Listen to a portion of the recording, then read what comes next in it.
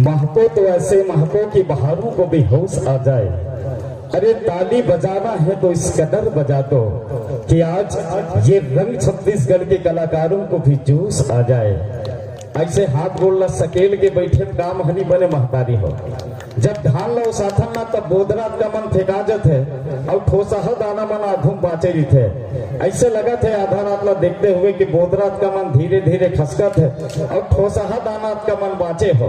तो जटका जन बाचे हो ना ते मन बिल्कुल ठोसा दाना हो भाई।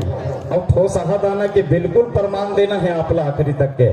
ये बस्तर आदिवासी संस्कृति के बहुत सुंदर गीत और ये गीत में हर्ष उत्साहित होके परम सम्माननीय पुनाराम धर्मिन कमेटी जी